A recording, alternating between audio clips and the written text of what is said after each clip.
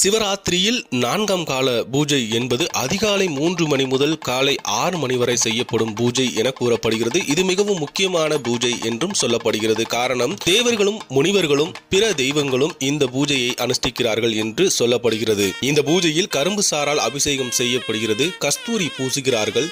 பச்சை நிற மலர் ஆடைகள் சாற்றுவார்கள். கோதுமை, நெய், சர்க்கரை சேர்த்து செய்த பலகாரங்களை நிவேதிப்பார்கள். நல்லெண்ணெய் தீபம் ஏற்றுவார்கள். மகாமேரு தீபம் என்ற தத்துவ தீப ஆராதனை நடைபெறும். வாழைப்பழம் உள்ளிட்ட எல்லா விதமான பழங்களையும் நிவேதனம் செய்வர். அதர்வன வேதம் பாராயணம் செய்யப்படும். பக்தர்கள் திருநாவுக்கரசர் அருளிய போற்றி திருத்தாண்டகத்தை பாராயணம் செய்தால் முக்திக்கு வழிகாட்டும் என்றும் சொல்லப்படுகிறது. சிவராத்திரி என்பதற்கு மங்களமான இரவு, இன்பம் தரும் இரவு என்று பொருள் சொல்லப்படுகிறது. இந்த வீடியோ பிடிச்சிருந்தா லைக் பண்ணுங்க, ஷேர் பண்ணுங்க, கமெண்ட் பண்ணுங்க. தேங்க்யூ.